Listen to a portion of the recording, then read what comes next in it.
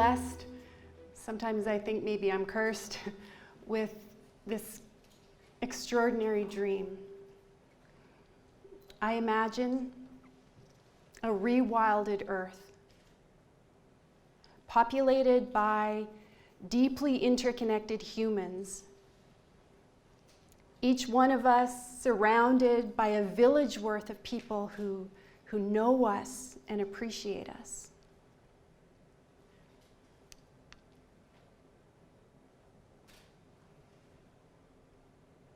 And us humans, we have a deep and dutiful, active way of relating with the other than humans who comprise life on earth with us, the elements, the very energy of life.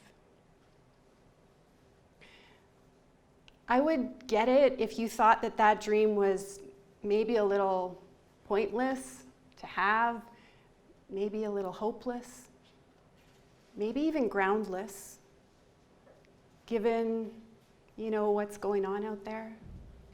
Species disappearing, the opioid crisis. I'd get if you thought that my dream, didn't make sense and wasn't worth working toward. But, I'm really enthusiastic about it. I'm nervous right now, but I'm really enthusiastic about this dream. And as some of you know, I spend a lot of my time doing things to help it come true. So I want to tell you a bit about myself and a bit about how I moved from a pretty hopeless place to this more enthusiastic, active place. 7.5 years ago, I came very close to taking my own life. I put my foot on the gas of my car and started heading in towards a big semi-truck and trailer. And in the longest moment that I can ever remember, a voice in my head said, "Nicole, no child is better off with a mother who killed herself. And you have 4. How does that happen? That a beloved and loving woman who's pretty smart, moderately good looking,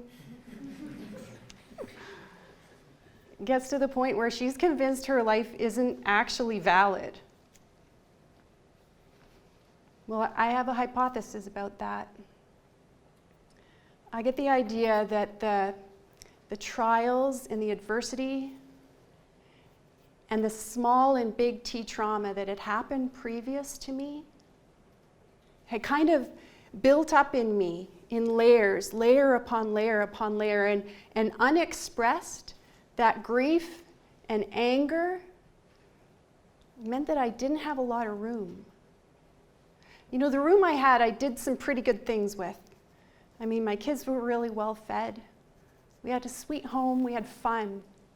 We really, really loved each other. But sometimes, behind closed doors, and when the pressure got on some more, I could be like that volcano. And my emotions could get all over everybody in ways that sometimes hurt. At best, I could be more like an iceberg, standoffish. So how did it come to be that I became so much more alive, on purpose, optimistic and hopeful, and willing to make a life out of awakening the village to my dream and to anyone's dream? I think that I had to learn to do 3 really key things. The first one was to grieve, to let out all of that sadness, let it pour right out in safe ways, far enough often away from the people I love the most, so that I could be free to shake my fist to the heavens and bawl my tears out onto the earth without scaring anyone or hurting anyone or making them freak out and judge me and say, no, you just cheer up. Just cheer up. Don't be so negative. And this after years and years of being a practitioner of one of the most cool yogas on the planet. The other thing I had to do once I got a bit of room was I had to learn to be really honest. I had to stop faking. I had to stop pretending. I had to stop chirpily acting like everything's great and we're gonna be fine, and yeah, look at the bird, isn't it pretty? I had to get real. And I had to face some things, and I think we all do. And the space that I gained through grieving and clearing that space inside me, and then facing more, which often gave me more to grieve, that made it possible for me to do the third thing, which is what we're all here about tonight, to engage more intentionally with people. You know, not from that fake place, but from a vulnerable place.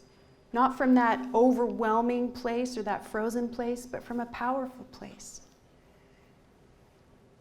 And so I started building this life, being a person who comes up with cool little ideas, things to do and make. I also find things so that we can be a little more like this. Some of the tools I find are tools that can help us to get more aware of what feelings we have inside, what needs are bringing about those feelings when they're met and unmet, and what character strengths we can apply to make our life more the way we want it to be. I've also made up some tools of my own. And you know, as you see that little box there, I call it World Peace in a Box. You might wonder how such a small thing can do something big. I think that's an important point to remember, is that one person or one gesture or one tool can make a really significant difference and reorient us towards more of the village vision and this vision of the better world that my heart knows is possible. Another little tool I've come up with is a feedback tool. It helps us to consider what we have been celebrating and cherishing about whatever it is we're evaluating, what we would keep about it, what's been rough, what needs reworking, what we might regret, and what we would add or ask about what we've been up to. And then we can think about what we're anticipating, about what's coming up, and make plans and set priorities. And then we can make this, yeah, you see it up there, crap big, by considering what might be barriers to our plan going off without a hitch. And then we can interfere with those barriers and get gushingly grateful already for the glorious thing that we just created. And when we do this on our own or with others, we can really make anything into fertilizer.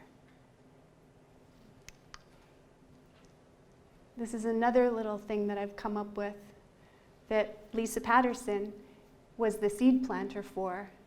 She's the chair of the local permaculture guild, and she asked me one day if I would bring a tool to one of our gatherings that would help people connect. And I started thinking about what helps people connect. Thought about how we can ask each other questions, and we can get busy making something together, doing things with our hands, so that we can, you know, feel a little more brave and real and be a little more powerful maybe than we're used to being. And these tools and others that are out there, I encourage you to go find them, seek them out and use them like you're going to get a chance to do tonight. And my wish for you is that we might all hold strong where we're created to hold strong and give way where we're created to give way. And in our holding strong and in our giving way, may we each come to be and do as we're created to be and do, and build this more beautiful world that my heart knows is possible. Thank you.